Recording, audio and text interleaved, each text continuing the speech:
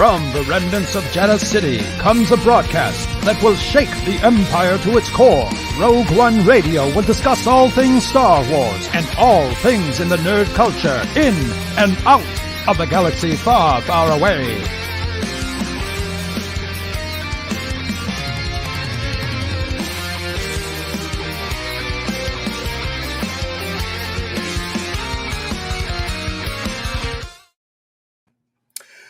Hello, everybody. This is Rogue One Radio. This is episode number 62, and I am part of your host team, Steve, and with me, of course, is DJ, wearing his amazing birthday hat. Yes, that's right. Good afternoon. It is Rogue One Radio's birthday. Today, November 17th, 2 years ago, we launched Rogue One Radio. And amazing that we're still here 2 years later. So right now we've got Megan in the chat. Welcome, Megan. Hello, Good Megan. to see you again. And before we go any further, I would like to introduce our special guest tonight. Now, Nicole will be coming in a little later tonight, but we have a special guest, and that special guest is Charlie, who was the very first co-host of Rogue One Radio. Hey, guys. Thanks for that very big introduction. I'm sure everyone here remembers my great takes, such as, I liked this movie, or I didn't like that movie. Real classics from Charlie back in the early Rogue One days. Classics such as, Steve, why do you hate Star Wars? We all hate Star Wars a little bit. That's a very good question, Steve. Yeah, those were some fun conversations. Anyway, so tonight we will be hosting our birthday bash, and we're going to be discussing kind of a bunch of stuff. Actually, we'll just kind of leave it open ended there, and we'll talk about it when we talk about it. Shenanigans. Yes, more shenanigans. So what have you been up to this week, DJ? Oh man. Well, yesterday I had a young lady go from 9 years old to 10 years old. So that was a big deal for us. We had a little party at Domino's, where one of my elder children work. So we wanted her to be a part of it. So we brought a cake down and had some pizza and just hung out there and got to visit with her until she got off work. And other than that, just work, more work. I didn't realize they had Domino's out in the sticks. Well, yeah, we have. Let's see, in where we were in, which is this little small town called Artesia, we have a Pizza Hut and a Domino's. Ooh, and a Little Caesars. Oh, wow. We're big time. In Roswell, there is Papa John's as well as those other ones. Other than that, just lots of work. With the large project that we just got completed. It was a 2-month project where they shut down half the refinery, made a whole bunch of changes. And so now it's on us to make sure all of our drawings reflect all those changes. So my workload is increased a lot. So yeah, that's what I've been doing. Wow. Cool. How about you, Charlie? Anything interesting going on this week? Well, last weekend I saw, I went to the movies. I saw Eternals, and then I saw Spencer, a great pairing of taste. And I finished playing Guardians of the Galaxy on on PlayStation, and that game was real good. Yeah, I haven't even started playing. I haven't even bought it yet. I need to get out and get it. I was kind of holding off on that one. I wasn't sure if it would be worth the ducats or wait for it to go on sale at the PlayStation Store. It is. Well, I'll tell you what. There's nothing more fun than just killing a giant dragon to the final countdown. Not playing. It is. The soundtrack is really fun. There's lots of they play with there's mechanics around getting those certain 80s hits to play during combat. The story is really fun. The characters are really well defined, and it's a pretty quick paced story. I think it was really enjoyable. Cool. I'm not a big mechanics guy, so I don't know if they were the best, but as a kind of casual guy, I had a lot of fun with it. Nice. Was the dragon Fing Fang Foom? I don't know how much you guys care about spoilers, but but they talk about him a lot, and they mentioned Fing Fang Foom a lot. I was like, are they really going to bring in Fing Fang Foom? And you know what? They did. That's awesome. Nice. I can't wait to tell Joey, man. I'm going to spoil that for him. Me and Joey have this running joke. Every time we see in a Marvel movie, we see some demonic dragon-like character, I'll say, hey, it's Fing Fang Foom. And he'll argue with me. It's not Fing Fang Foom. All through Shang-Chi, I was like, I wonder if that's Fing Fang. That's how it started. I wonder if that's Fing Fang Foom. He's like, no. And then when we were watching Eternals, I kept saying, is that Fing Fang Foom? I mean, anything could be Fing Fang Foom. You never know. Fing Fang Foom. Yeah. Hey, there's a puppy dog. Is that Fing Fang Foom? He's giantly lurking around the corner. That's right. I am so glad that video game has Fing Fang Foom. I'm definitely playing it now. So as far as my week, I actually had, I didn't. A family member, as in my youngest daughter, had her birthday on Friday, and she turned 16. And we had a huge party for her on Saturday. And speaking of pizza, we did not go anywhere for the party, but we had a party over at our house, and I don't know if I mentioned this last week, but we actually built and put in a fire pit in our backyard, and we put up a huge projection screen in our backyard. So I mean, we can take it down and put it back up when we need to, but it's pretty big. So her and all her friends were out there watching a movie, and getting back to the pizza, I immensely over ordered on the pizza because I thought, teenagers, they're going to eat pizza. So I ordered a lot of pizza.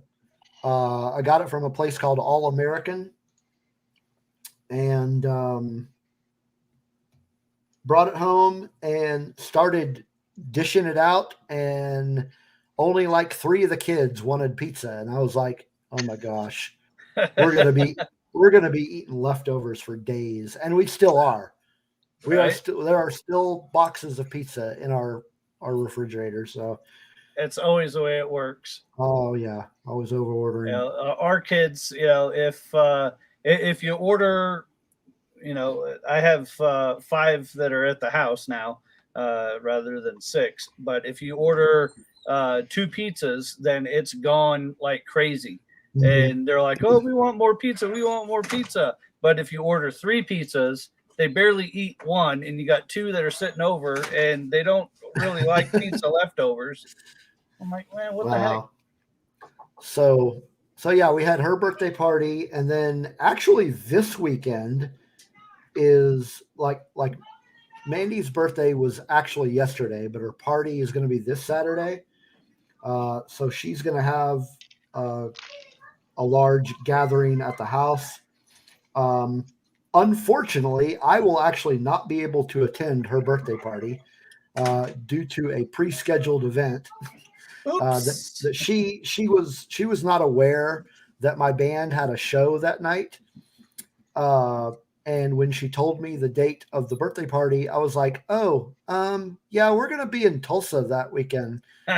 So I won't get to go to your party. So that's disappointing. But yeah, birthdays galore. And then tonight we are celebrating Rogue One Radio's birthday. And RFB is in the house. RFB, how's it going? Happy 2 years of Rogue One Radio. Thank you very much, sir. He has been, actually, I think he's been a listener since the beginning. Yep. Just remember about the beginning. Royal Farm Boy. Yeah. So good to see him in the chat with us. And cool. So just get on to this point.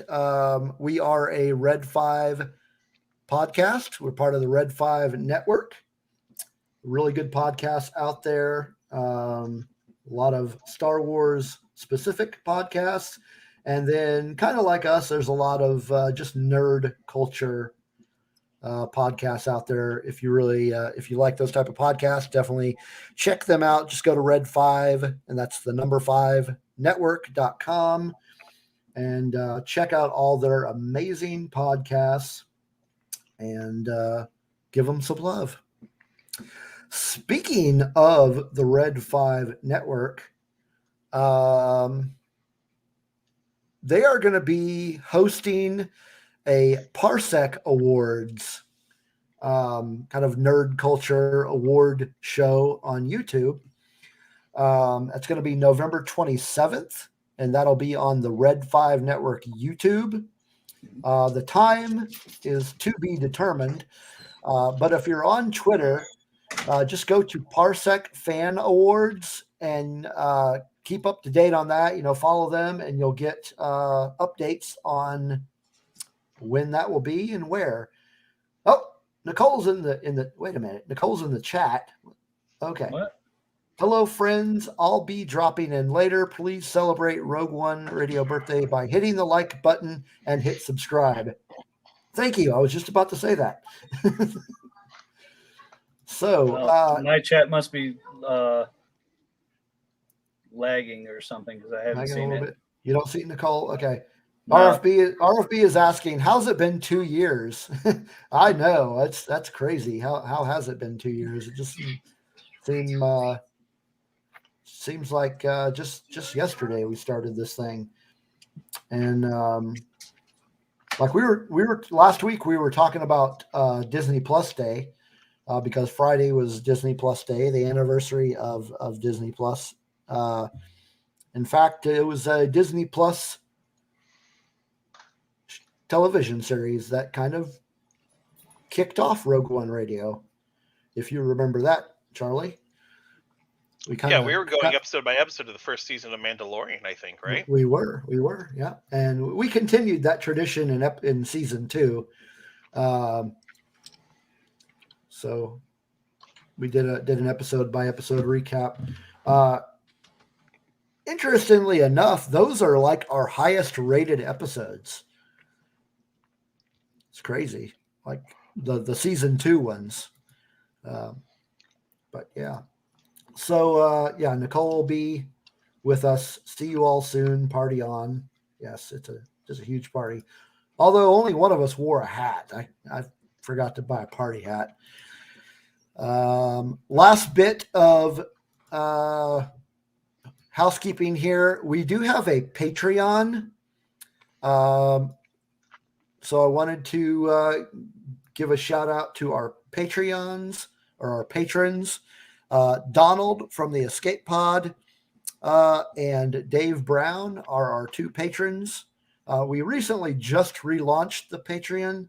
So if you just look us up on Patreon, it's just under Rogue One Radio, and support us any way you can. We would be most appreciated. Absolutely. Cool. So let's talk about some news. What kind of news do we have this week? Oh man, there's so much news about so many different things. Yeah, yeah. Oh yeah. Let's see. I think I'm starting it off on I this think one. you are. Yeah. So it turns out, and this is according to BGR, which is fairly reputable as far as news goes, that there are lots of reshoots going on for Doctor Strange 2. It's so extensive, they say it's almost like a new movie. So that makes me wonder if things maybe got spoiled. And so they're going to go back and try to fix that. Or if, because I believe they've had some test screenings of Spider Man already. If they're redoing some of that to either better fit with the Spider-Man or to address some of the issues that people might have had. So, I'm really excited for this movie. So I really can't wait to see what they have. I mean, I don't care if they have reshoots or whatnot. Just give it to me. Tell me a story, as RFB likes to say. Yeah. Get on with it. I'm ready. Yeah. Cool. All right. So let's see what we have next. That's also me. Okay. Yeah. All right. So the Xbox turns 20, which has it. Wow. It doesn't seem like it's been that long, but at the same time, it almost feels like has it only been 20 years? Yeah. Well, I mean, having been present at the Xbox launch, when I was working for, I guess at the time it was Electronics Boutique, which is, I guess, still available in Canada, but not in the United States. They were bought out by GameStop. That would have been 2001. Wow. When that happened. Hard to believe it's been 20 years. I never had an original Xbox. I had an Xbox 360 for a while, but never the original. Yeah, it's Charlie. Did you ever play on the original Xbox? Me and my best friend in high school, I had to play. Did we lose you? Hawks. Am I getting wonky? I think you're good now. Yeah. Okay. I had a PlayStation 2. He had Xbox, and I don't remember anything really strongly about the Xbox. I have no real strong feelings about it one way or the other. I'm glad that there's someone out there to compete with Sony as far as that sort of demographic of the games market, that Nintendo is just sort of like by themselves. Yeah. That's what they do. But I think the 360 was a way bigger deal than the original Xbox. I agree. The only reason Xbox is around is because of Halo. That's the only thing I really remember being significant about the original Xbox is Halo tournaments, people getting all their Xboxes together to put 4 TVs in the same room so they could all play Halo together, have little LAN parties. That was a really big deal. Yeah, between Halo and Counter-Strike, or Half-Life. Those were big.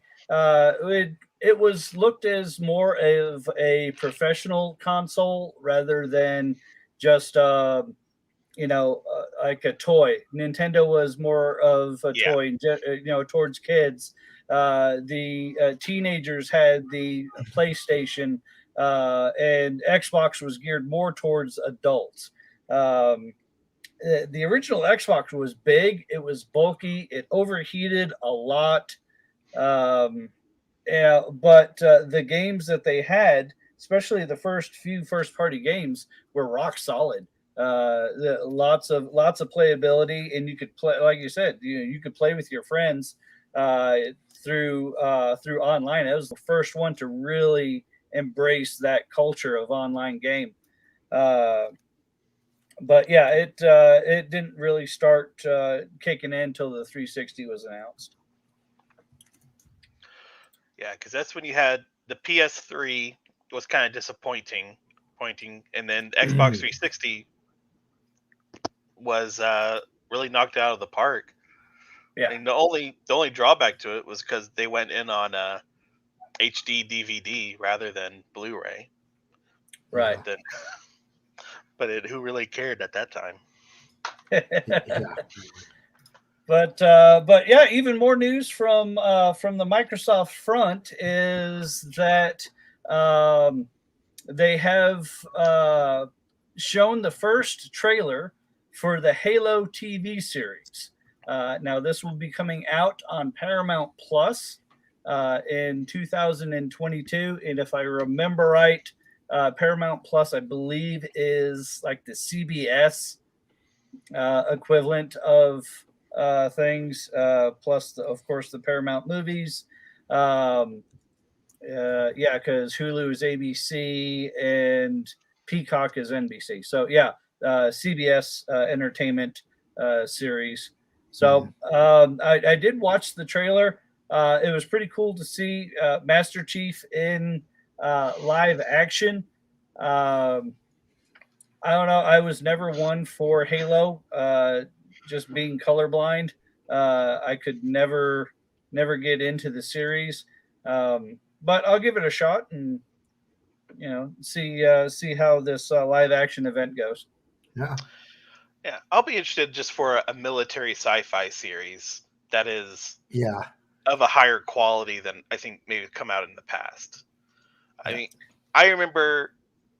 I don't know. Did you guys ever read the Halo script that was supposedly by Alex? Oh gosh, what was his name? Not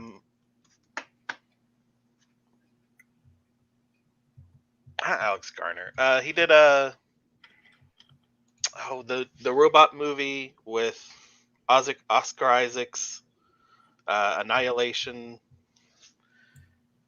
Alex Garland. Alex Garland wrote a Halo script. Okay. I remember that, and that would have been, I think, really exciting. He also, but yeah, I'm still excited just for, like I said, a military sci. I'm not that big into military sci-fi, but I don't know. That was a pretty good cosplay trailer they did so. I'm on board. I'm hoping that it's more aliens and less Starship Troopers. So yes. But yeah, we'll see what we get. Hey, what do you got against Starship Troopers, man? Quite a few things, honestly, but that's all right. That's a topic for another day. That's true. Okay. So yeah, yep. Cool. So speaking of video games, the nominees have been announced for the IGN Game Awards for 2021. And the report or the article that I pulled up for that was actually on IGN. So a lot of games on here that I actually don't recognize. I'm just going to announce the ones for Game of the Year. And then according to the website, their website, the Game of the Year is recognized in a game that delivers the absolute best experience across all creative and technical fields. So the nominees are Deathloop. Never heard of it. It Takes Two. Never heard of it. Metroid Dread. Have heard of it, but don't know anything about it. Psychonauts 2. Never heard of it. Resident Evil Village. Familiar with Resident Evil. Have never played any of them, but didn't know there was a new one out. Is this the reboot one? I don't know. No, it is 8. Okay, this is it's actually the movie they're rebooting, not the game. And then the last nominee is Ratchet and Clank Rift Apart. Now earlier we were talking about Marvel's Guardians of the Galaxy. It did get nominated for Best Narrative. Yeah, and I think it's up for Action Adventure Game of the Year. It also got nominated for Best Score / Music. Yeah. Another nominee in that category actually is Cyberpunk 2077, which I have not played. Yeah, the Game of the Year nominees. Let me pull this up real quick. Yeah, I really want to play. I want to play a lot of these. I just never got around to them. So okay, yeah. You're right. Arcane, Guardians of the Studios Galaxy. game. Oh, sorry. Oh yeah, go ahead. Sorry, you're right. Guardians of the Galaxy was nominated for Best Action Adventure Game. Yeah, because I went ahead and did the voting on it, and I just hammed it up for Marvel Guardians of the Galaxy. Very cool. Very cool. But it's yeah, I just don't play enough video games to be. So, where do you? I guess you can vote for these on their website, or is the voting already over with? Nope, it just started earlier this week. Okay. The voting started. You just go straight to their website, which I think is just videogameawards.com or something dumb like that. Okay. Yeah, thegameawards.com, and you just have to log in with some sort of social media account. Gotcha. And you can go ahead and vote on all the categories, whether or not you play video games at all or not. You can just pick the one that looks the prettiest. There you go. Which is what I did in a lot of categories. Very cool. All right. What do we have next? That was the Game Awards. I think you're up again, DJ.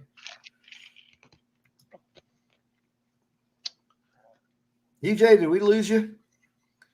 I think you went MIA. Uh-oh. We're not having another a repeat of the Halloween episode, are we? No, I don't think so. He's still in there. I'm going to go ahead and jump to the next news, and then I'll let him jump back in.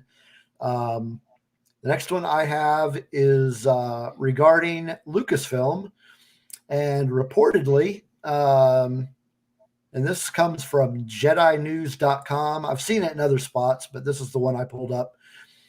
Kathleen Kennedy has renewed her contract with Lucasfilm for 3 more years. So it looks like those that did not want her around anymore are not getting their wishes. I don't think that's true. I saw a lot of YouTube videos with Kathleen Kennedy's red glowing eyes shooting straight at Brie Larson, who is planning to take over Lucasfilm and make all the movies star Brie Larson. And I don't think this is a true story, Steve. Pretty sure this is fake news. I don't know about that. I have several good YouTube sources that say Kathleen Kennedy has been arrested and is going to jail for making a bad Star Wars. Oh, come on, man. What do you think of that, DJ? Kathleen Kennedy staying at Lucasfilm for 3 more years. I'm okay with it.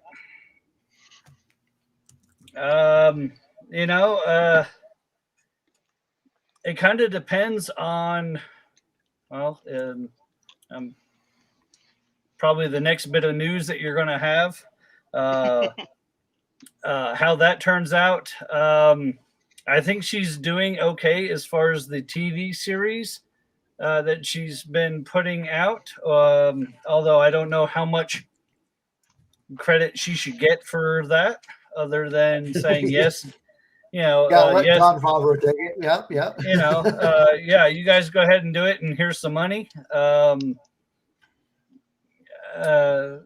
That part of it's good. We'll have to see what the next round of movies is, and that's probably a a big thing on whatever contract that she has. If I would say that if the next round of movies tanks, then she's probably not going to be around. She might not even serve that whole contract. But like I said, contracts are contracts. If they decide, you know what, hey, we're going to buy you out, they'll throw her a couple of $1 million or whatever to finish out her contract, and say thanks for the memories. We wish you well in your future endeavors, or whatever. Whatever WWE says. So it looks like we got a couple additions in the chat room here. Spencer is here. Welcome back, Spencer. And Alan from Press Play Streaming Studios is back. Thanks, Alan. Now that he's here, I did want to mention that Alan is the individual who created our new intro video. So thank you very much, Alan. It's amazing, and it's a lot of fun. Captain Alan and General Shinobi. Now, RFB says that Miss Kathleen has been a guiding light for Star Wars.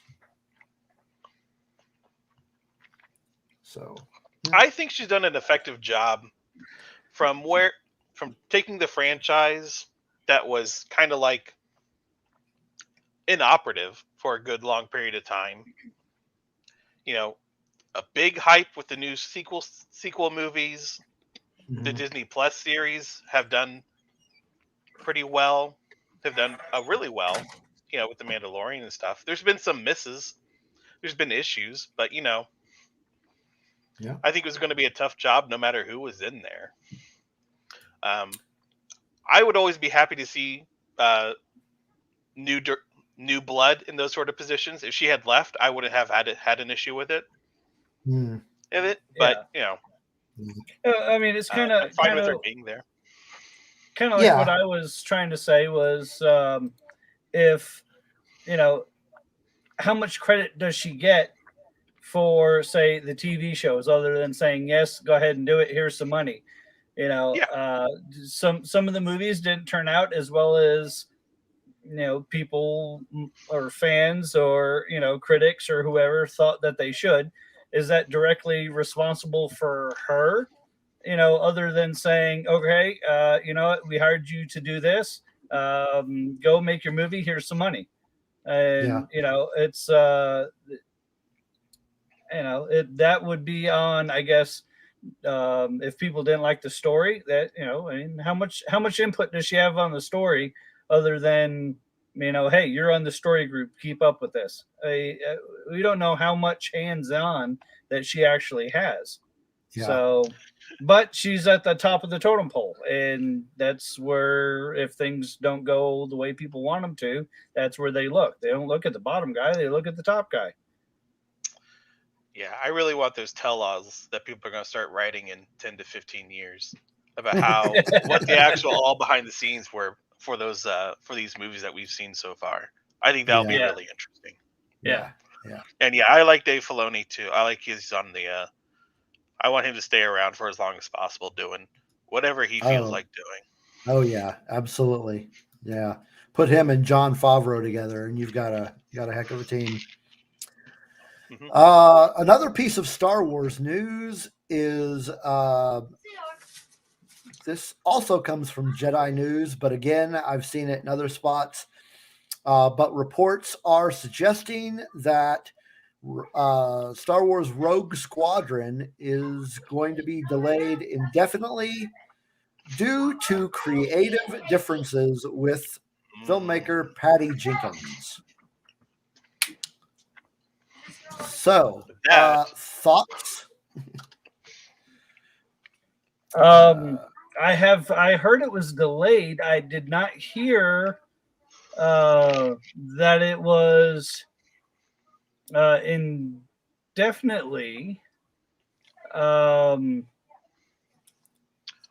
Let's see. We're 'cause I know that they were saying that Patty Jenkins' schedule was jam packed, but I guess let's see. Oh, here now I'm looking at it. Due to creative differences. Well, that's interesting. Huh. Yeah. Well, remember she left another Disney project. She was the first one to start directing what's it called? Thor: The Dark World. And she left that because of creative differences to go over to Warner Brothers and do DC movies.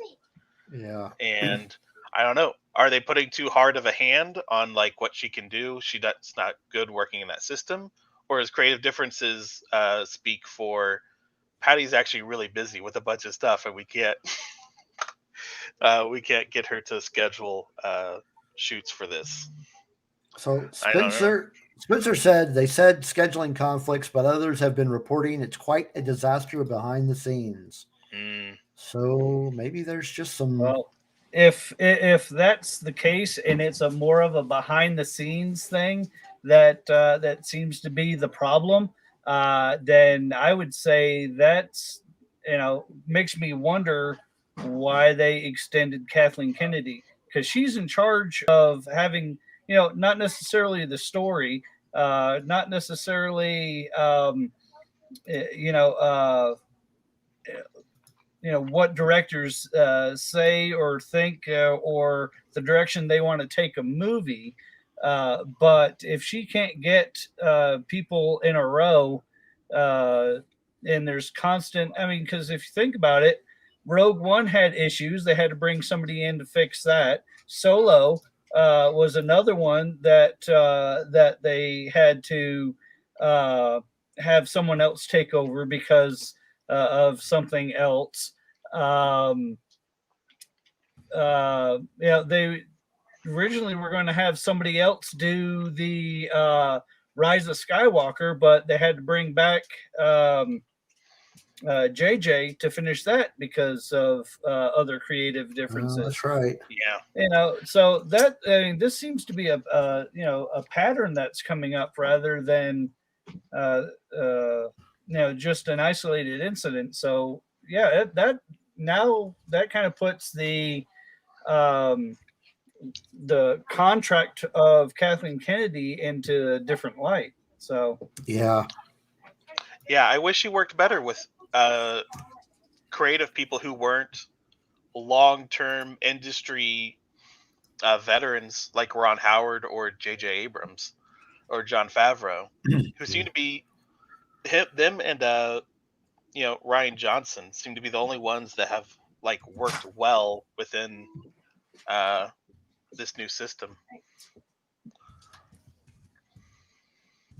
Yeah, and their effectiveness is a subject, still a sore subject for people. Yep. They might have worked well with the system, but the results are definitely mixed. Yeah. It also man. I remember it was, I guess, 2 or 3 weeks ago, I started hearing reports, and I just chalked it up to nonsense that maybe they were looking for George Lucas to come back and and do some more stuff, as long as they will let him run with the story as he sees fit. So that would be an interesting angle for them as well. Yeah, I think that sort of stuff early on, when they were talking about bringing George Lucas back to fix the sequel trilogy and all that stuff, I think that was silly. But I think just the concept of bringing George Lucas back to do a Star Wars is definitely would be a big deal and a big moneymaker, especially since what they've been working on is kind of settled. They're just doing series, and then you bring in George Lucas to do one big movie or something, or maybe direct a Disney Plus series or something. It's the George Lucas pure artistic vision, blah blah blah. I could easily see that happening. No. Yeah, you don't need him to do another trilogy. I mean, if he decides that he wants to, now that his kids are growing up, I mean, then cool. But it's still his his baby, and as long as they play nice, fans would eat it up.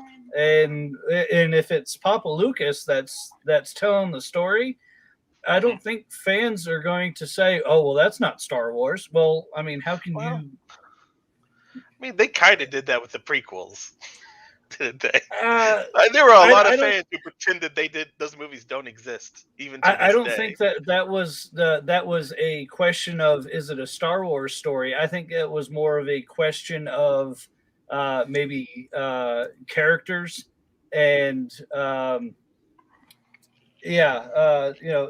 think that was mainly a backlash of Jar Jar, because nobody seemed to really enjoy that character. Even young kids didn't enjoy that character. They were fine, for the most part, from what I understand about the story element of it. It's just it was way overproduced, and some of the character creation models were a little wonky. But that's. I think if Lucas were to give it another shot, given the way that technology is now, I think that he would be able to make it a lot better to fit his vision. Yeah, well, I think what Spencer Elbin says in the chat. But would George want to do another movie? That's the big question. He's such a control freak. He wants to do everything his way.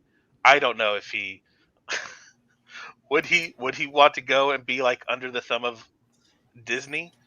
I don't know about that. Yeah, maybe that's why Kathleen is there. He's the one who handpicked her to take over, and Disney was okay with that. And with her still being there, that could be an avenue they might decide to go down, just because of that history. If they brought in somebody new, I wouldn't see, George. Unless they promoted somebody like, Filoni to the position. But I don't know. It's interesting. Yeah. Filoni's a creative. I don't know how he would be as a producer, but like making him something like head creative and having him like guide all the Star Wars projects, make sure there's a narrative going on, and Kathleen Kennedy's picking up like big names and stuff, or having him.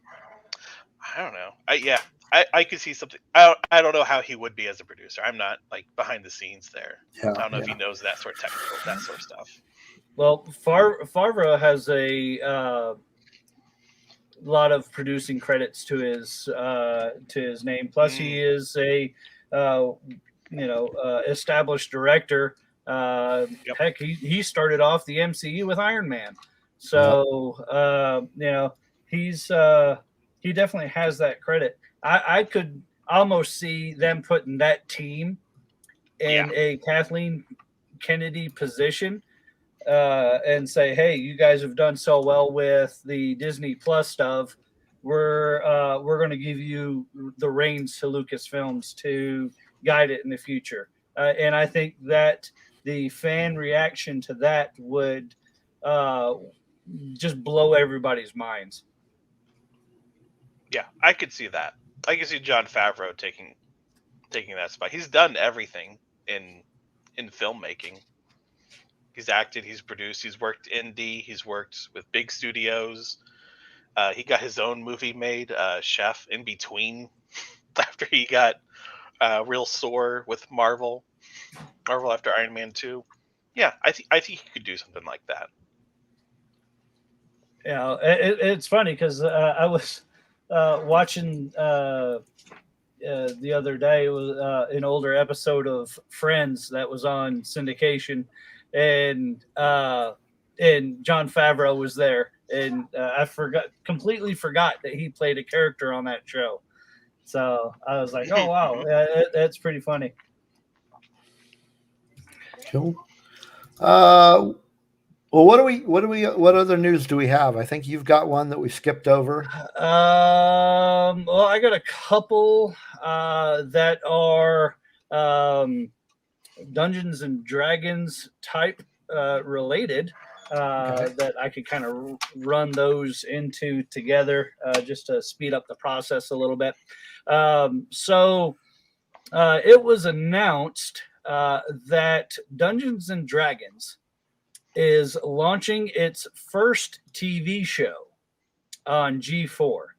I don't get G4. I don't know. I don't have cable out here in the sticks. So I'm guessing that's a cable thing, or I don't know. G4? Yeah. It was a cable TV studio, back in the day. That channel shut down, and I think they're now doing a YouTube channel where they're putting their shows together and stuff. Oh, all right. But yeah, it says that they're going to do a television show. It looks like it's going to be very similar to the ones that they've had before, where they have celebrity guests playing D&D. The show will be titled Dungeons and Dragons Presents Invitation to Party. And it'll premiere on Monday, November 22nd at 6:30 Pacific, which is 8:30 Central, I think. I think it's 2 hours difference there. But so yeah, that's pretty interesting. I always like to watch those type of shows and see how people would react in different situations. I know, and I'm going to massacre his name, Joe Mangione. Oh yeah. Yeah, he's a big proponent of Dungeons and Dragons. They've shown his stuff on YouTube. Vin Diesel has had a couple as well. So yeah, they'll have some celebrities and comedians and whatnot playing certain characters. You'll have, I guess, the same dungeon master going through the story as these people go through. So yeah, that looks pretty interesting. Yeah, that sounds like that would be fun to watch. I don't know. I'd almost want to, wish I could join in with them. Really, for sure. But on more tabletop role-playing news, of course, is one, and we might have mentioned this before, but they are doing a new overhaul for the Star Wars tabletop role-playing game. Last edition was brought by Fantasy Flight Games. They have since gotten a new division called Edge that is going to take the reins of this, and they're going to revamp the system, revamp the core rule books, and re-release this campaign setting, which I'm really excited for. I love Dungeons and Dragons. I've been playing it since the 80s, and I've had many fun adventures playing in these Star Wars settings. So I'm excited for this. I just hope that they do away with the action dice. Just make it a standard D20 system. That way, those that are more familiar with Dungeons and Dragons that want to give Star Wars a chance, it's almost a seamless transition. Just got to learn a few new rules for different character types. See, now I actually like the action dice, and I like the Fantasy Flight version of the games. In fact, Charlie, you and I had a campaign going for a while with some other folks. Yeah, I've played quite a few games with the Fantasy Flight version. The narrative, I call them narrative dice. Are we talking about the same thing with like the dumb purples and the yellows and it's like little explosions and dark side? Yeah, okay. Yeah, because I never played a lot of D&D back in the day. That's probably one of the first tabletop games I played. So besides like I liked Shadowrun, which is just all D6s. There's so many D6s. You just get like a backpack full of D6s, and that will not be enough to play a game of Shadowrun. So the narrative dice I thought were really interesting. But yeah, it sounds like DJs want it, because the West Coast Star Wars game was more D20. Was it West Coast? The old Star Wars? Wizards of the Coast. Wizards of the Coast, yeah. Yeah, I think you're thinking of West End Games.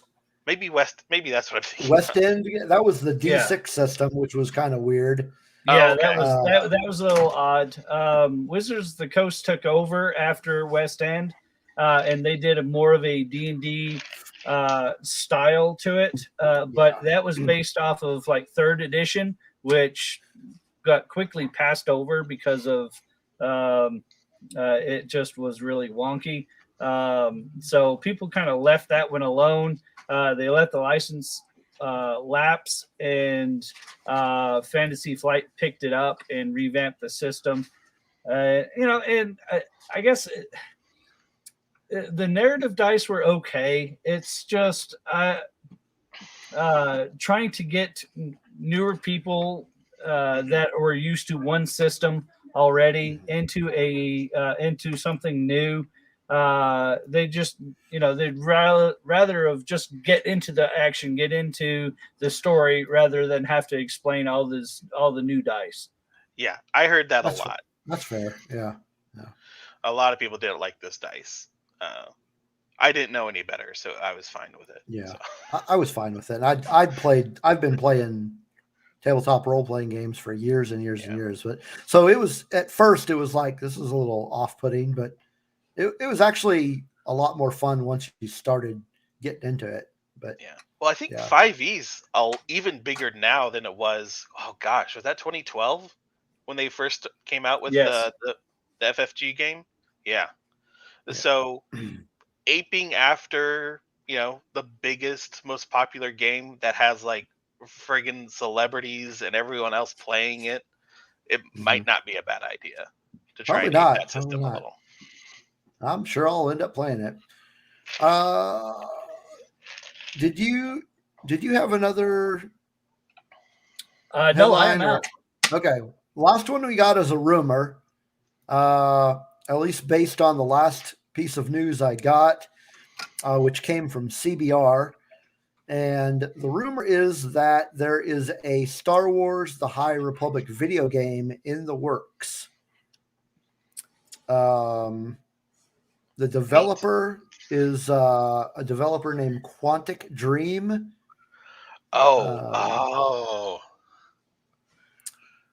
So the rumor is that there's going to be a Star Wars game based during the era of the High Republic, which would be great.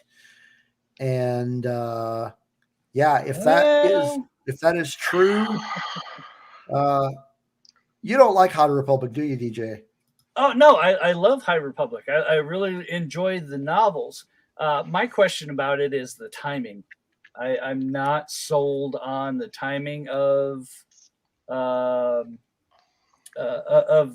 video game series, just because they just announced 3 weeks ago that they're redoing the Knights of the Old Republic game. That's true. Yeah. And to do that, and from what I was understanding, and I could be wrong on this, but they were trying to bring in the Knights of the Old Republic more into canon, because it was once Disney took over, it was obsolete. They started pulling some of the things from that series more into canon. And with this redo of the Knights of the Old Republic game, they really were trying to get it more in line with the canon. So for them to do that, and then now to do the High Republic, I think it's too soon. I don't think enough people have really embraced the High Republic, other than hardcore fans. So, I mean, maybe a video game is one way to do that, but I really think that they should have waited until after some of the High Republic Disney Plus shows came out. Yeah. And to kind of visualize things that are that you get in print, but my kids now they don't want to read books. They why read a book when we can watch it on YouTube or watch a video of it. So yeah, I just the timing. I'm excited for it. I think it'll be a lot of fun. I just not positive on the timing of this. Oh, go ahead. I mean, it's kind of on topic, but not really. It just dawned on me that just a couple of days ago was the 2-year anniversary of the release of Fallen Order. Oh yeah. Yeah. Have they? And they said they didn't say they were going to do sequels or anything to that, did they? There is 2 is in the works. Yeah, okay, yeah. So. Well, because I was going to say, like, Quantic Dreams is kind of what I have more questions about. Because I don't know if you guys are familiar with Detroit Become Human. Yes. That was their latest game. And, I mean, they make very cinematic games that are kind of just based on player choice, affecting the narrative more than any, like, actual gameplay mechanics or anything like that. So it wouldn't even really be like a role-playing game. It would be more like a narrative cinematic experience, which sounds like it's a perfect fit for Star Wars. David Cage just is a little weird, makes some weird choices sometimes. I liked a lot of stuff in Detroit Become Human. There's also a lot of stuff that's like pretty questionable as far as like taste, I think. But yeah, if he's going to be under Disney's thumb, so he'll probably be a little bit more under control. I won't have to try and do any like copying Martin Luther King stuff. So yeah, it's man. Will people understand High Republic? Because right now it's just like books and comics. So this will be like the first like big mainstream High Republic thing. And I think that will be difficult to explain to people. I feel like that's true. So I haven't read any of the High Republic stuff yet. Is it cool? Do you guys like it? I like it. Yeah. Okay. It makes the Jedi more relatable. Okay. So it's more like because it's supposed to be like their actual heyday rather than like when I don't understand. Anyway, you guys all know about it more than I do, but but anyway, yeah, I think it'll be. So I'm tentatively looking forward to it. So, like in the prequel, you have even in the original trilogy, you have Yoda saying that Jedi can't do this, Jedi can't do that. This isn't the Jedi way. There's no attachments. There's no this. There's no that. In the High Republic, it's pretty much no holds barred, and I'm trying to. They go more with their feelings rather than following a strict set of rules. And it's kind of cool to see that get expressed because they are sentient beings. They all have these feelings, and it's not something that you can just turn off. I kept thinking. I think I've read. I'm through 3 of the novels. What if Anakin would have been around in the High Republic rather than the era that he's in? So, yeah. He could actually talk about his feelings and stuff, and not have to pretend they don't exist. Right. Yeah, that does sound interesting. I'll probably. Is it better to get into a book or one of the comics first? I would get into the books. I would say Just chronological release. yeah. Start with Light of the Jedi. Light of the Jedi, and then there's Into the Dark, which is a Claudia Gray book. Charles Soule did the first one. Claudia Gray did the next one, and then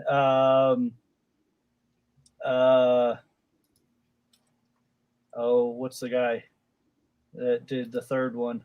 Caravan Scott. Yes, did the third book, and there are, I thought they did a good job with them. And then once you kind of get the idea of who's who and what's going on, then you can get the comics and get into the filler part. Yeah. Oh, okay. So the books are like the big banner stuff, and then the comics you think to sort of fill in stuff. Yeah. Okay, cool. All right. Yeah, I'll check that out. Cool. So we do have a new addition to the chat room. Extra Techie came in. Welcome to the chat, sir. And he's been talking about our conversation. He mentioned Light of the Jedi, and then Rising Storm, and sprinkle in some comics. So I can agree with that. But I think that's it for news. Cool.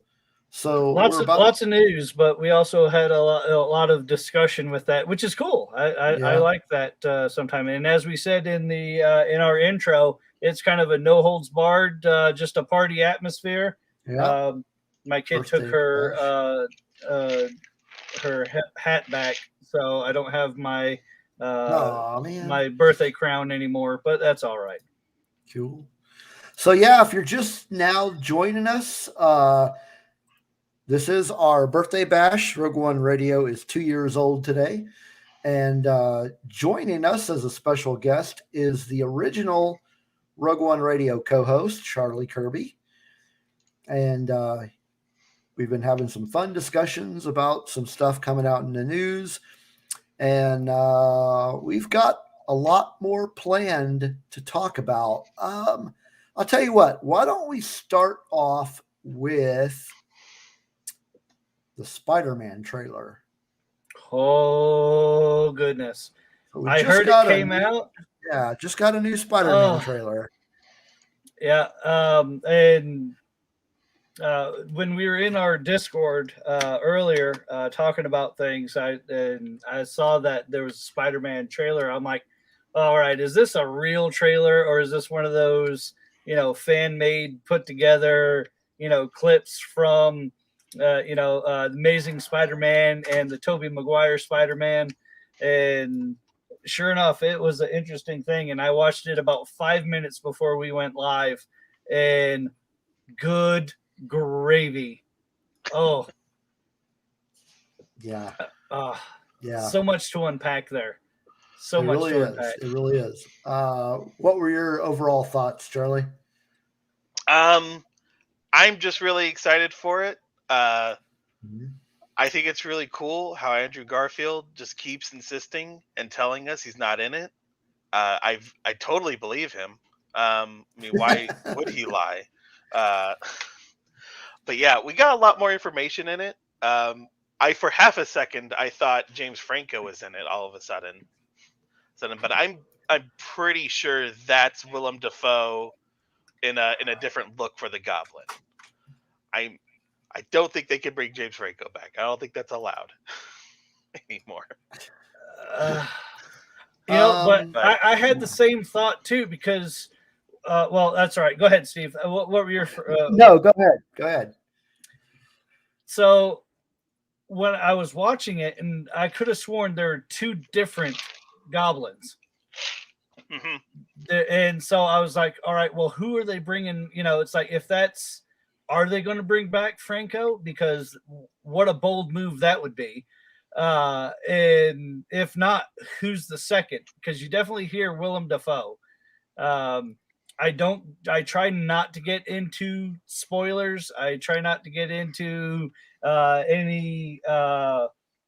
anything other than, I'll watch the trailer, but I won't dig into what other people think other than our speculation. But the whole rumor mill on the internet is absolutely insane. I like what I saw. Now I'm ready to see the movie and really get the down and dirty. Definitely. But you know what? I would not be. What if Garfield's telling the truth? What if, for whatever reason, he's not in it? He might have been there and he might have filmed some scenes, but if they end up on the cutting room floor, oh boy, I will eat your birthday hat. All right, he's not in it. Now I hope he's not in it. So, first of all, welcome Dragon Buddy. He just popped in the chat. I think they should bring back for this movie the Nicholas Hammond Spider-Man. Yes. Why? Don't that is Spider-Man erasure to not have yes. Nicholas Hammond. If they do not bring back Nicholas Hammond, I am boycotting the MCU. I kid, I'm not. But I don't know. Bring them back as bring in Italian Spider-Man. Bring in Japanese TV show Spider-Man, who was just kind of like a spy. If you really want to go the multiverse route, bring in Nicolas Cage in the noir suit. Yeah, bring in they could bring in a Miles Morales. They could. I have a feeling they're going to. Yeah. Because Tom Holland, I believe, is done after this one, other than a possible cameo here and there for the movies that have already been filmed, such as Doctor Strange 2. But from what I've heard, he's done with Marvel. He wants to do other projects. So, if they're going to do it, the next evolution would be Miles Morales. So, they have to get him introduced at some point, live action. Yeah. But it sounds like all the Spider-Man stuff is up in the air after this, right? Yeah. Because there's no deal with Marvel, Disney, and Sony after this movie, right? So that's what they're saying. Yeah. Yeah. Sony could try and try to do it on their own again because they do so well every single time they venture out on their own. They made one good Venom movie, and now they're like, okay, well, we could do this forever, right? Are you talking about the first Venom? Oh, they're both fine. I don't think they're good. I enjoy them in a very 2000s comic book movie kind of way. I'm glad they made Venom a silly person like he is in the comics. Yeah. But that's not enough to build a MCU of your own on. Yeah. I if they don't renew a deal with Marvel, I don't know. There's just same old Sony making really weird, bad decisions. So in the trailer, did I see a black suited Spider-Man? There's a magic suit he has, I think. Yeah. That's been in toy advertising. It has it's some sort of Doctor Strange magic Spider-Man suit, which I think you see I can't tell on his arm if it's orange Stark Tech hologram or if it's Doctor Strange magic circle on his arm. I haven't looked at it that closely, but so Spencer is asking who here has watched Venom 2. I have watched Venom 2. I made my wife go with me to go see it, and she was not totally upset with me. That's always a good thing. Yeah. I mean, I liked it. I liked the first one better, but I liked it. Yeah, I think I felt Carnage was kind of disappointing, but I feel like that's in line with Carnage as a character in the comics too. He's just disappointing in general to me. I know he has fans. I just think I don't think he's a great character. But Venom ate chocolate a lot. That was really good. Um, he had a coming out party. That was really good. Everything between like Tom Hardy and Venom being silly and fun, all their sort of interactions, I think are really good in those movies. Everything else feels like I said, early 2000s comic book film trying to make a plot out of this stuff type of thing. Yeah. So not to cut you off, but number one, we have a new, not a new, we've got another addition to the chat room. Hectolorian's with us. Hector! Well, welcome back to the chat, Hectolorian. But also, somebody has joined us that we've been waiting for. And that would be Nicole. No, that's How baby are Yoda. you? Hello, everybody. Happy birthday, Rogue One Radio. Party like it's 1989. Wait, I think we're in the wrong year. No, that's not old. Oh, well, party as it is. Woo! So Nicole, also joining us tonight, if you didn't already know, is the original co-host of Rogue One Radio, Charlie Kirby. Hello, Charlie. Nice to meet you, Nicole. I am actually a penguin with lots of high-tech gear, by the way. That is what I look like in real life. It really is. Steve can affirm this. Awesome. Yes, it is. That is actually his photo. Perfect. When we get closer to Batman, the new movie, we're going to totally bring you back on as a guest. It has to happen. I mean, you have an inside, right? I mean, Penguin, Tech. Yeah. I consulted. Well, Megan, we don't have any cake. We ate that earlier before the party. Yeah, sorry. Plus, I don't eat cake because I'm diabetic, so you know. So Nicole, we've been talking about the Spider-Man trailer. Woo-woo! And so let's have a chat about the villains that we saw in this trailer. Yes. I cannot wait. We got quite a few. We did, but it just kind of reconfirmed what the original trailer was, though, at the same time, because we kind of saw them already. It just reconfirmed it. Yeah. Well, there were a couple that we didn't get from the original trailer because we got Sandman. Yes. And we did get, although we already knew it was happening, we got Electro. Yes. Oh my God. Bring it. I'm ready. Let me mention something about Electro in this one. They actually got the suit right. Yes! Yes! It was so awesome. Oh, yeah. I was so happy when I saw that. Yeah. He looks really good. Let me pull up a picture of that. Yeah, it was really awesome. And then of course we got the Lizard as well. Yes, I cannot wait. Doesn't have a little coat on, but it's fine. We did not get the Eric Froman Venom, so that's good. I think if that comes, it might be an end credit, to be honest. I really think if they did that, it'll be as an end credit to kind of, pass the baton, the torch, back to Sony, Well, no. Okay. No, I don't disagree that the Tom Hardy Venom is going to show up. I was referring back to, I said Eric Froman. That's not actually the actor's name. Eric Froman is from that 70s show, but he played Venom in Spider-Man 3.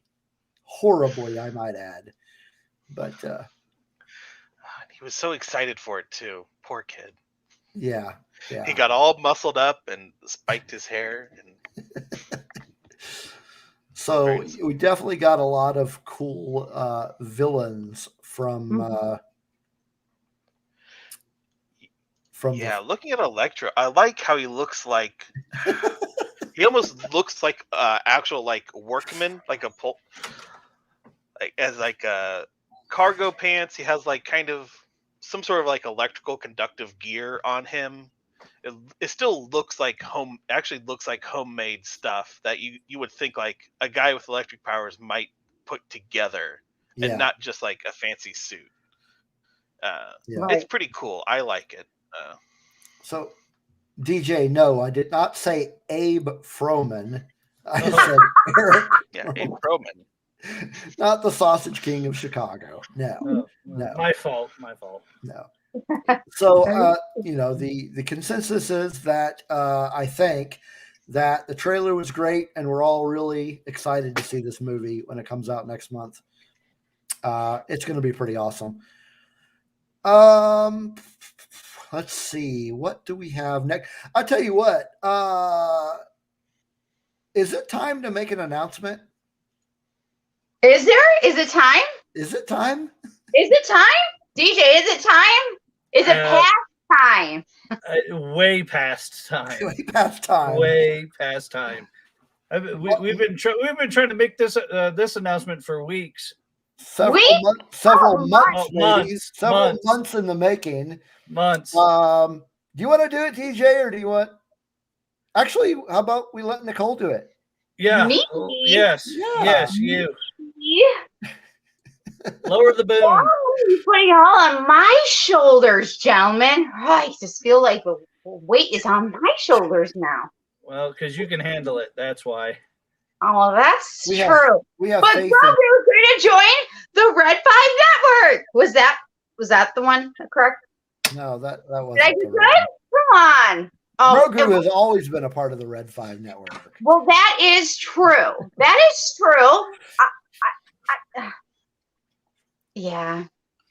Okay. What is We have DJ the doing there? Stormtrooper that's joining. Woo! My helmet of shame. Is the Stormtrooper going to announce it? No. Okay. I can. If you don't want to, I can do it. No, it doesn't matter because it's all the same, right? It's all the same.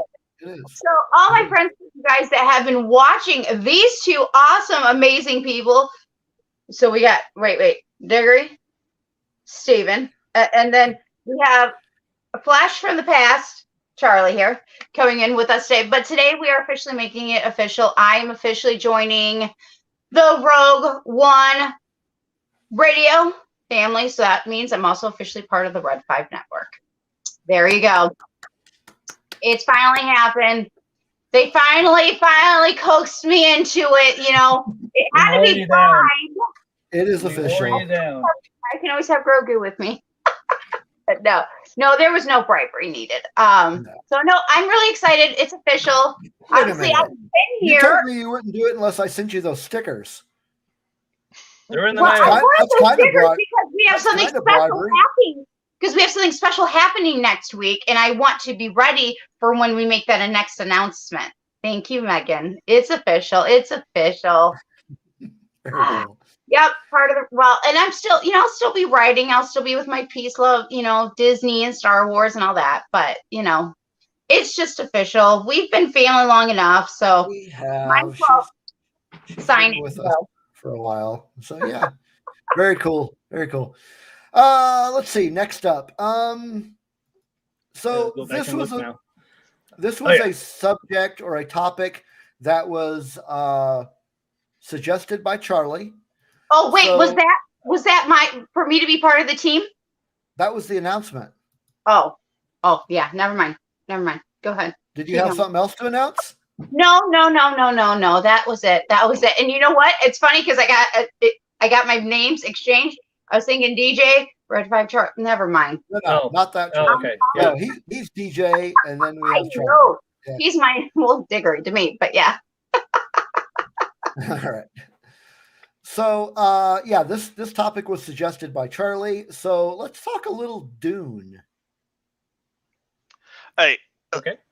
I didn't I didn't know if you guys had stuff. I was just throwing stuff out there. Do you guys actually have feelings about Dune? I have yet to see it, but I will let you gentlemen just talk about it because I have yet to see it, and I'm okay with spoilers on this one because I just haven't had a chance. So, have you seen it, DJ? I have. Okay. And Charlie, I assume you've seen it? Yeah, I was really excited about it. I refused to read the book because reading books is for nerds. So Did you just call me a nerd? That's right. I'm a nerd and a geek. Yeah. And a bookworm dragon to beat. See, now, oh man, I here's the started a thing. war. And then right of like how many books? I participated in that. First time back, and I'm already starting beef. Right? I participated in that round table, the Dune round table with Escape Pod, and I promised them that I was going to read the book. So Yeah, how'd it go? I did buy it. And I started it. Yeah, that's good enough. Let me show you how far I got. I got this far. Okay, I got to page 16. I was say that's barely into the introduction there. Yeah, Well, I know. Well, yeah, because I started reading it after I saw the movie. I like doing that better because it ruins movies for me if I read the book beforehand. And books help fill in a lot of stuff that happened that you can't put into the movie. I think it's a better experience. But the book so far is really good. Really, really in-depth world building. You can definitely see a lot of the influences on Star Wars. But I really like Denis Villeneuve. That's not how you say it, but Denis Villeneuve as a director, I think he was perfect for the Dune movie. He's really into like really big religious metaphors. He's a very moody filmmaker. I wanted him to make a Star Wars, but I don't think he shouldn't. He should never do that. This is probably the closest I'll ever get to a Denis Villeneuve Star Wars, and that's fine. But yeah, had you? I'm sure you've seen the David Lynch Dune. Yes. Yeah. Yeah, because I saw that movie. I'll tell you what, I have no idea. I had no idea what Dune was about. Still, after seeing that movie. Yeah, a lot of people didn't. Yeah, and it's almost one of those that we won't talk about that one. But I read the book first. Of course, I read the book a lot earlier than when the movies came out. So, yeah, I'm a big reader. As far as the new movie goes, I liked most of it. I thought the pacing was a little off. I just like you get action and there's downtime, and then there's more, and then there's downtime, and then there's more, and then there's downtime. I don't know. It just kind of the pacing just seemed a little off to me on it. But what I did enjoy, I really, really enjoyed, and I'm excited for part 2. Well, it's very. I was shocked at where it ended because it just feels so like midstream. It's like, oh, we're done. This is it. Yeah. Okay. Yeah. But, I was surprised it's so popular. Is what kind of surprised me. I expected to be like a big failure that I love, like Blade Runner 2049, but everyone seems to be on board for Dune so far. Yeah, I thought it was great. So. Now, do you think that it's because of the actors that are attached to it, or do you think it's just it goes that that would go towards the director of just making a superb film? I think it has to do with Dune as a property is probably more accessible than Blade Runner, which is a lot more. Blade Runner is kind of like more philosophical and kind of in its own head, whereas Dune still has like broad sort of operatic action that happens. Blade Runner had like maybe 1 or 2 action scenes, and here you have stuff blowing up all the time, people with swords attacking each other that like general audiences can get into. I think there's also just like COVID drought that people just haven't gotten big movies for a long time besides Marvel stuff. And even the Marvel stuff has been, as far as general audiences go, probably kind of disappointing so far. I mean, just in light of Endgame and Infinity War and like the big giant stuff you got from Marvel, this stuff probably just seems a little bit smaller, which is fine. I like it, but it's not gives room for Dune to come in. Yeah, I mean, I was trying to think, and that's a great point about as far as what even people would say is a blockbuster movie or a big grandiose scope of a movie. I'm trying to think of what another one could have been other than a Marvel one in the last couple of years. There really hasn't been that cornerstone of a movie. We're a lot of us are stuck at home, not able to get to the theaters. But even when they were doing the digital releases, there wasn't anything that I'm like, I have to watch that like right now. I don't know if you guys can think of another cornerstone type movie that would just blew you away. But this is it. They went lock, stock, and barrel and fired away and hit a home run with it. Yeah, and with the Eternals is also pretty disappointing. Is like, as far as like critical reception, I think we could talk about that a little bit, but it's been disappointing for a Marvel movie, I would say. And so it hasn't cut the legs out from Dune at all as far as like box office. Yeah. And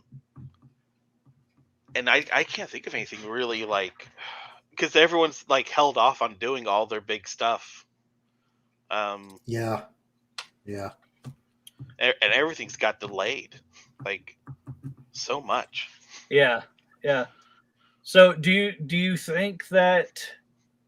Because I've heard that I haven't seen Eternals yet. At least a proper version of the movie. I've seen a version of it, but not the large theatrical version.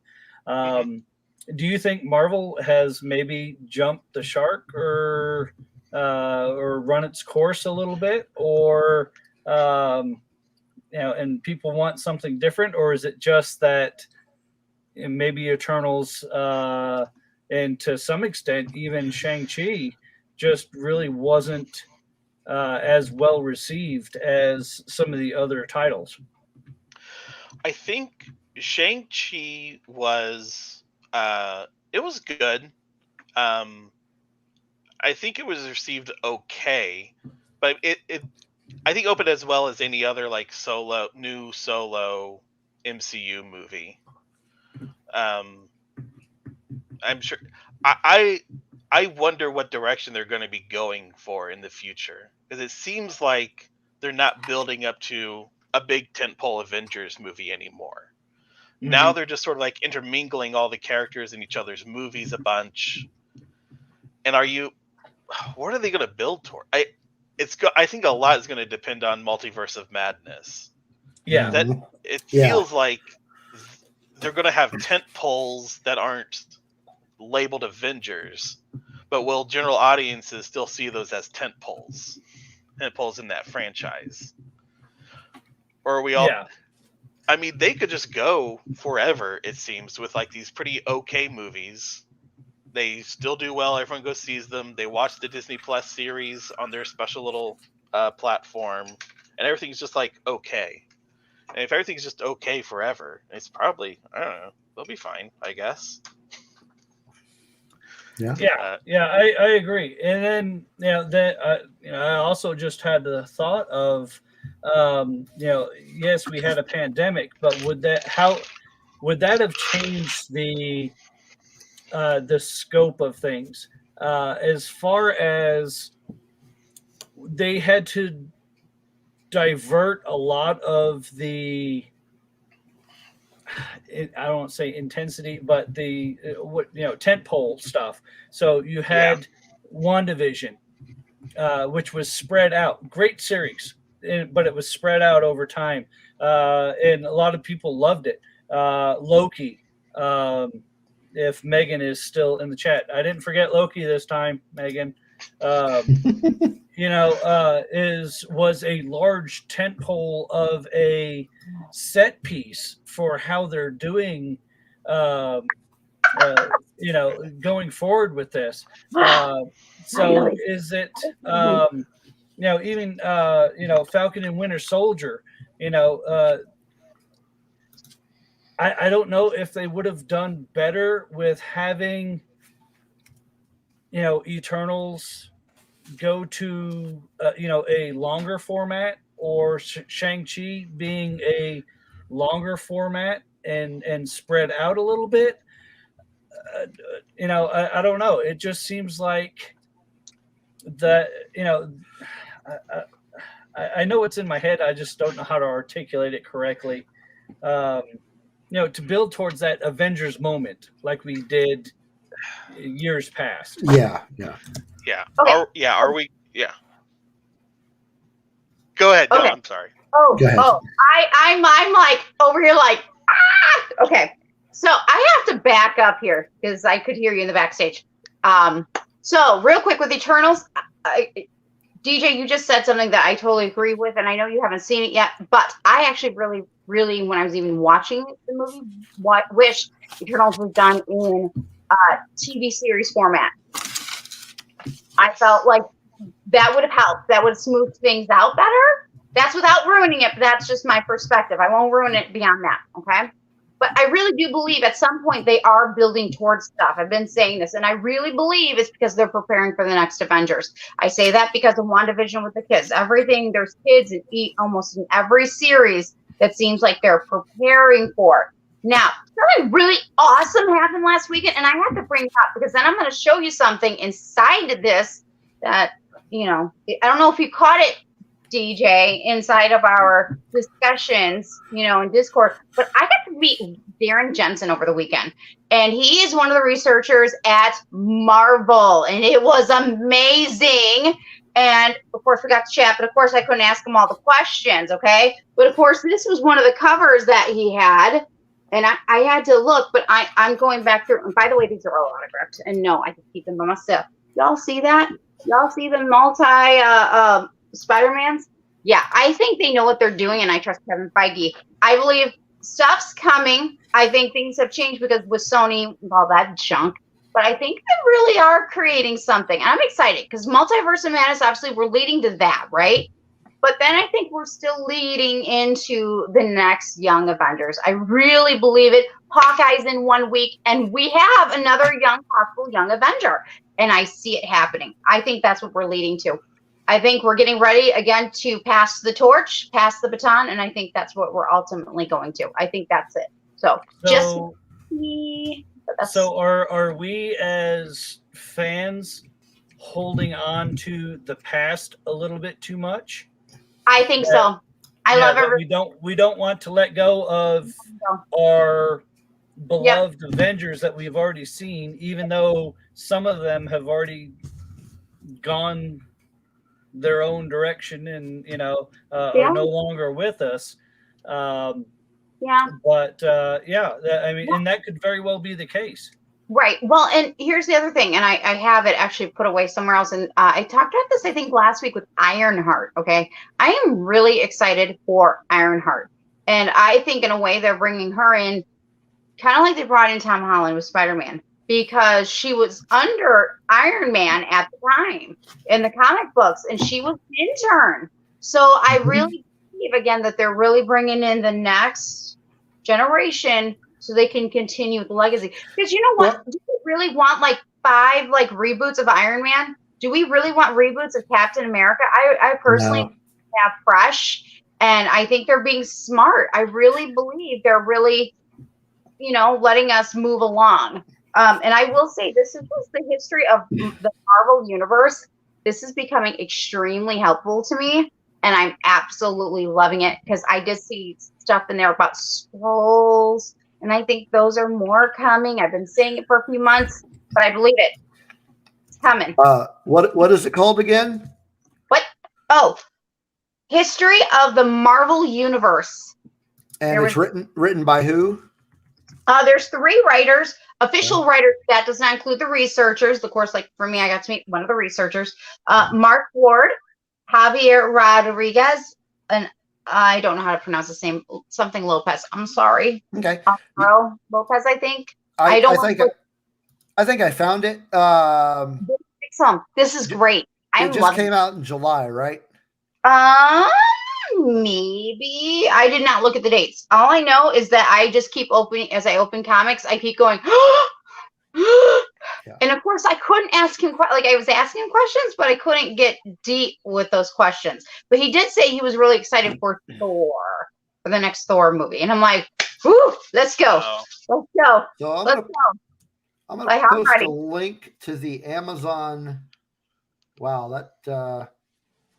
And of course, I got to get all 6, and I got to meet one of the researchers, which was the coolest thing, like, ever. So I don't think that. How are we doing here? All right, I'll check that link for you. Yeah, I don't know. Amazon, it's loading. It's loading. History of the Marvel Universe. The first one works. Well, there's I think 6 in this particular series I got from him. So. And I love it. I'm just enjoying every little bit and cranning. And, it's not like they're all going to use everything, but at least I think there's little hints there, and I like it. Cool. Let me see the cover again. This is number 4. I actually have 1 through. Okay. This is the one with Spider-Man with Venom. Trust me, this is the one that caught my eye that made me go, hold up. Something's going on here. Stopped. I literally dead stopped in front of the booth and went, because this was actually arts and oddities, so it was a more on the horror side. So to see this happening, I was like, this is meant to be for me. The link that I posted in the chat is a link actually to the collective. It collected number 1 through 6. Yep. So you can buy it as a trade paperback, and I'll also put that in the show notes. Here's number 1. Look who's on number 1. Can y'all see that? What? Galactus. Y'all see that? This made me very excited. Also. Very cool. Yeah. Very cool. Maybe that's what I'm feeling like. Like Nicole's saying, the most exciting stuff I think is coming out next year.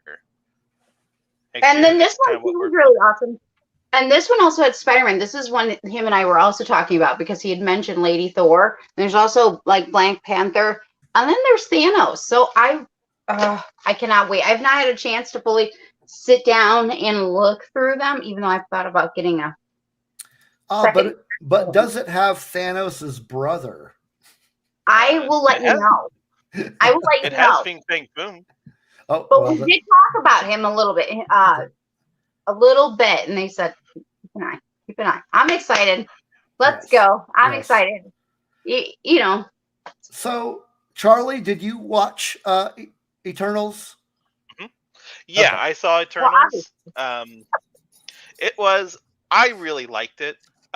I get why so many people do not like it, because it is pretty messy. But I think they did a lot of the things that I wanted to see a Marvel movie do differently. And I think some of that worked really well. Some of it didn't. I think Cersei and Icarus's relationship in the movie is really good and interesting. There's a little bit of a twist in the story that I think makes the movie like so much better. And after that happens, the scope of it is really great. I love just big, giant space operatic stuff. Some of the shots in the movie of just people flying around in space and big, weird spaceships, the ancient alien nonsense, I think is really fun. But like Nicole said, I think a series that gave us time to focus on each of these characters and the stuff they were doing throughout history would have been really nice. So Nice, just to flesh out those characters. Yeah. Exactly. So here's what I agree with you about the series and time to flesh out characters. I liked the movie. It was fine. It was definitely a mixed bag with everybody. You know what I mean? I understand possibly why some people didn't like it. I think the biggest problem that the Eternals had, if you are catering to a comic book reading audience, number one, I mean, obviously everybody knows that I'm a big comic book geek, and I know who the Eternals are. They're very obscure. I would even go as far as saying they're more obscure than the Guardians of the Galaxy. And we knew that when that movie came out, I was a little confused, but it turned out to be great. So the Eternals are pretty obscure, but even I, as a huge comic book geek, didn't know a lot about. I knew who they were. I didn't read a lot of their stuff, and I knew a little bit about them. I was just a little like, really, an Eternals movie? That's odd. So I think the biggest problem that I had with the movie is that I really wasn't invested in these characters. And if we would have gotten a series, like you mentioned, I think we could have gotten a little bit more invested in these characters. I mean, I was having this conversation with my kids, I think it was yesterday, about the characters. And I said that the most interesting character to me was basically a character that, number one, only got a couple of lines of dialogue, and they only showed for like 2 minutes, and we never actually got to see his character until the very end credits. And we didn't even get to see him, really. We just saw him about to become what he was, and I'm referring to the Black Knight. We really got teased, even with that end credit scene. I was like, oh man.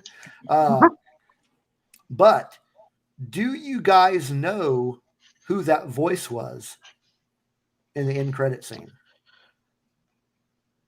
Was it Masharla Ali? It was Blade. Oh, Yeah. okay. So I had My wife identified him right away. She loves Mashallah Ali. Yeah. It's fine. I'm looking forward to that, but here's what I think is happening with the introduction of Black Knight and the kind of mention of Blade.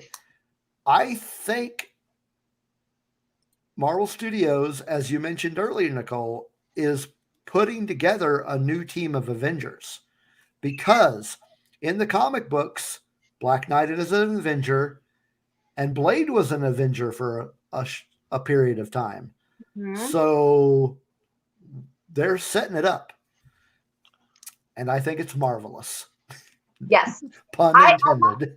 I got to add this though, because I'm like, my brain's like getting all excited right now. So yeah, Young Avengers. Yes, I think we're making another, could be even evil Dark Avengers. I also believe they're going to dive in more. We just talked about Blade. Blade is of course related to the vampires and witches. Thank you, Agatha Harkness. That's coming into series next year. I am so excited, bringing back some Catherine Hahn. I think they're also going to be going that route. How it's going to look, I'm not sure, but I'm excited because at least then this kind of expands. We're not just staying in the same old rut of the same story. I'm excited. So I think this is where Marvel is being smart. They're expanding. They're not just sitting on their laurels and rebooting. And y'all know what I'm talking about. Yes. Well, what do we have so far? We have Sam Wilson, Captain America. Whoop whoop. We have the Black Knight. We have Blade. Moon Knight. Who else do we got? Moon Knight's coming. That's going to be pretty interesting too. Hawkeye, yeah. She-Hulk is coming. Oh, you know what? Going back to your talk about the Young Avengers, we're also getting Miss Marvel, and I am very excited for that. Yep.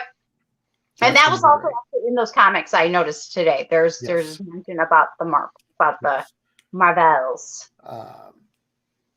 Yeah. So, man, what else are we getting? We're getting, like you said, Ironheart. I think the future of the MCU is going to be a new Avengers team and a young Avengers team. Yep. I really do. I feel like we're in a passing of the torch or the baton season, and it's hard because there are people, and I love some of my friends, but they're having a hard time with this, and that's okay. They're allowed to. I get it. DJ, would you like a hug? Get off my lawn. Yeah. Well, like, for example, that one. Well, one of the things you can do in print comics is that, whenever you have like a new pass the torch character, you still have Iron Man comics and you still have Captain America comics, which exist side by side. But, Chris Evans is a real person who gets tired of doing things sometimes. Sometimes he wants to do projects. It's just making that work in a cinematic universe. And we'll see if everyone hits, because the Avengers worked because all those characters were hits and popular. But will everyone be a hit and as popular as those original Avengers? If they have a misstep like Eternals, are they going to move away from Eternals now? Or are they just going to lean into them and just put more work into them? That'll be interesting to see, I think. What do they do when they have a misstep? Yeah, because they really haven't had many over the years. I mean, here a few, Thor, Dark World or Void or whatever that mess was. Captain Marvel. It's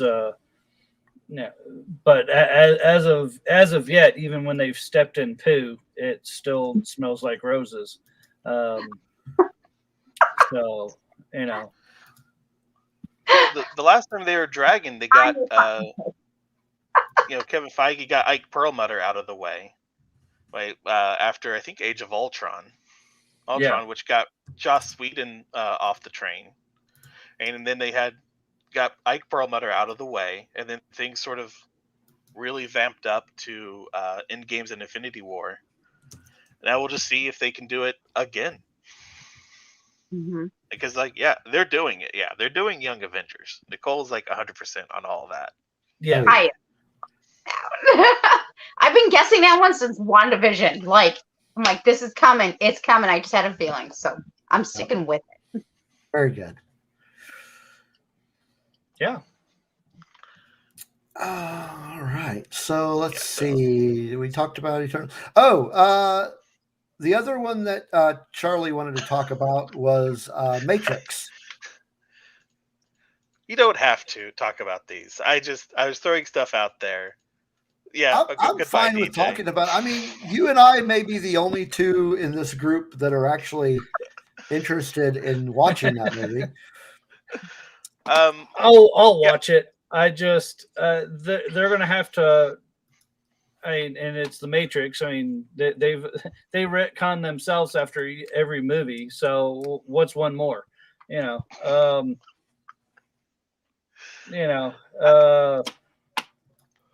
see. I'm looking forward to it, and I like the look of, based off the trailer. I like the look of it. I'm really excited for it. I think there's going to be a lot of people who are disappointed. We can talk Loki just because. Megan wants to talk about Loki. Apparently, that's all Megan wants to talk about. Loki, yeah. Megan only ever wants to talk about Loki. Can we talk about Loki Gator? How awesome and great that character was. You know what? I think we have mentioned how great Gator Loki is, and quite a few times. We need to get a team up of Grogu, Gator Loki, and Bub. Oh, that would be a great trio. That would be a great trio. I all want to for see that. I want to see that. Someone call Cam now. I tried Bub. I tried to get Bub on the show tonight, but he was indisposed. So Yeah. here's a Matrix question for you. And this is actually a serious question. Uh-oh. Coming from you? So Okay. is Matrix 4 trying to be like John Wick 4, or is John Wick 4 trying to be more like the Matrix? Yes. Or is DJ being a smarty pants? No. It's I'm 100% honest with that, I because think you're confused because I think all these movies just Keanu Reeves is walking right past wardrobe and just wearing what he wears normally, and that might be confusing you, because I don't think he's ever worn anything wardrobe has tried to give him since any of the John Wick movies. He's like, yeah, I'm just wearing this sport coat and a t-shirt. This is what I'm wearing for this movie. Yeah, I'm not shaving. No thanks. Yeah. She's like, okay. I liked the first Matrix movie. I really did. And then to me, the way that they're trying to explain things just kind of made it go off the rails. I really liked John Wick as a series. It just seems like that that because Keanu Reeves is in it, they almost want a Neo type character. And when I saw the trailer for Matrix 4, I thought it was a trailer for John Wick 4, just because he looks exactly like the character in John Wick. So I'm like, what? I don't know. I guess that kind of threw me off. And then you throw in that in Matrix 3, Neo died and sacrificed himself. So how is he back, and what in the world's going on? And so, I don't know. I think if you haven't, I think a lot of people are going to be disappointed, because if you haven't liked anything the Wachowskis have done since the first Matrix movie, I don't know why you're going to like Matrix 4. Because I like what the Wachowskis have done, maybe with the exception of Speed Racer. It's just not my jam. But their Jupiter Ascending, I liked. It's weird, and has a lot of overacting. Eddie Redmayne should have won Actor of the Year for that movie, but justice doesn't exist in the world. Sense8 was a really great series. I loved it, and I think they're coming back with I can't remember the author's name, who worked with them on Sense8. But it's just, I think it's just, it's not, I always forget their names. It's not Lily Wachowski. Lily Wachowski, I think, is not working on it. It's the other one. Yeah, because Lily has stepped away from directing. I think it's, I believe. So I'm just curious to see what because this is definitely going to be a movie. Lana, that's right. Yeah. And I'm curious to see how they reflect on the Matrix and their work that they've done so far in the year 2020 or 2021. Right. Because a lot has happened since then. A lot has been interpreted about their movies outside of whatever they were trying to do. I think it'll be really interesting what they have to say about that. About this one. I won't bore everyone who wants more Loki content beyond that. That's all right. Now, I'll watch it, and I'll definitely give it. It's just I don't know. I don't know if it's just wanting something new and different, because it's been a while since Matrix has come out. John Wick still has that similar feel. I mean, I've enjoyed each one. I think each of the John Wick films has been better than the last. But it's even now it's like, all right, they've already had 3, they're doing 4. Is this going to be the last one? Kind of ready to see something else that's new. And it just seems like a lot of entertainment, even TV shows, movies in general, even some books that I've started to read. I'm like, wow, I just read this, and you go and you look, and no, it's a different title, different author, but a lot of the same plot points are the same, and they're just rehashing things that we've already seen. So I'm ready for something new and exciting and challenging. Yeah, like Dune. Well, I mean, Dune's been out forever, but yeah, it's it's not something that people have seen in a while, and most people didn't watch the David Lynch one just by word of mouth, which is not necessarily a bad thing. So it is something different, and I think that it also gives them that a lot of people were looking for that some epic like Lord of the Rings style. Yeah, that's what I was just thinking. And you get that with Dune. You get that grandiose, big epic that you're going to get. I think that's why a lot of people are excited about the Lord of the Rings stuff. I think it's going to be on Amazon that they're going to put it on. There's so much fervor over that. Haven't heard too much about Game of Thrones, so I don't know if that has people have kind of given up on the Game of Thrones prequel that they're going to come out with, House of the Dragon, but it's we want something new and exciting that we might not have seen on a grand scale in a while. Yeah, I agree. Good. What else we got?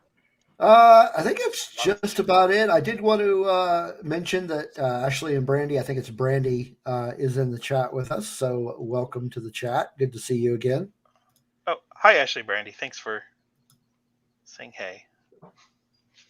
And thanks for the birthday wishes. Megan wants to talk about Loki again. Did you guys talk about it as it came out? Yeah, we did. We had a special Loki episode. Perhaps Megan forgets that one. You can go back and rewatch. Yeah, I think I'm pretty 100% sure that we talked about Loki last week, but we love Loki, so we'll talk about Gator Loki again this week. And classic. Gator Loki's awesome. Okay, so we're about time to wind down, but we do have another announcement. Where'd you go, Nicole? I'm still here. I was just checking. So okay. So for those of you watching and or listening, the announcement that we have is that even though this is our birthday, we are going to give something to you. Give me 1 second, because I think it's sitting over here by my desk. Talk amongst yourselves. Oh yeah, we got some fun surprises for this week and next. Make sure you hit the like button and hit subscribe. Okay, I found it. Uh-huh. All right, so here are the rules. You're going to have to pay attention to the Twitter, which is Rogue, the #1 radio on Twitter. Here, let me just pop it up there. There you go. Rogue One Radio. So, first off, you need to like this episode on YouTube. You need to subscribe if you haven't already. On Twitter, make sure that you follow Rogue One Radio and retweet the post that will be coming out later tonight, maybe. Yeah, I'll just do it tonight. Going to be asking a trivia question about tonight's episode. Ooh. Not going to tell you what it is. You'll see it on the post, But the winner will receive this nifty Mandalorian nightlight. Ooh. It is a nightlight. Playtime. Can I win that? I'm sorry, no. Aw, he wants to have a nightlight. That's kind of sweet. I'll let Wendy know. Christmas. Christmas list. Wendy. So yeah, we'll be asking a trivia. We'll post it on our Twitter. So make sure you follow the Twitter and retweet the post. Obviously, answer the question. Let me be very clear. Answer the question in our DMs. Do not answer it on the tweet. Twitter. Yes. So DM us on Twitter, and then make sure that you like and subscribe to us here on YouTube, and then you will win this nifty Mandalorian. Because Grogu would love to have his Mandalorian light, but he's willing to give it to someone. Yes. Yes. So that is all we have for tonight. Next week, I believe we are going to be. Hi, Grogu. I love him. Next week, I believe we are going to be talking about Ghostbusters. Woo, woo. Who are you gonna call? I am a Ghostbuster. Correct? The ghost. No. The Ghostbusters. I thought you were the penguin. I guess I'll just call the Ghostbusters. You're just called One Radio. I mean the Ghostbusters. Yes. Call us, even though we don't have a phone number. You know what? We actually do have an email address. So if you want to comment or complain, it's Rogue One Radio, all spelled out, no numbers. Rogue One Radio pod@gmail.com. I really need to fix that. So it's nobody emails us anyway, so it doesn't matter. But oh, it's so cute. He's got tiny little feet. I just noticed. I've had this thing for months and just noticed he has tiny little feet. It's so cute. So we also have a Discord server. Rogue One Radio has a Discord server. I will put that in the show notes so you can look at that. And then I think that is all we have for the evening. Thanks everybody in the chat for showing up and hanging out with us and celebrating our birthday. Absolutely thank Charlie for joining us. Blast from the past. Yes, thanks very much. Thanks for asking me. It was really fun, guys. You guys have really good energy. Really happy to be on here tonight. Yes, and you are welcome back anytime. And and then thanks to Nicole, of course, for officially joining the team. Well, thank you guys for having me officially. Very good. Anything else that you would like to mention before we close up shop? Me? Well, her? I'll say really quickly, thank you guys again for letting me join this amazing team. Charlie, it has been great having you and to meet you via Penguin. And everybody in the chat, thank you for listening. And I hope you hit subscribe and are in that giveaway. Yes. And thank you to these two. And happy birthday again to Rogue One Radio. So, we'll be back on our regular format next week. We'll be broadcasting live on Tuesday.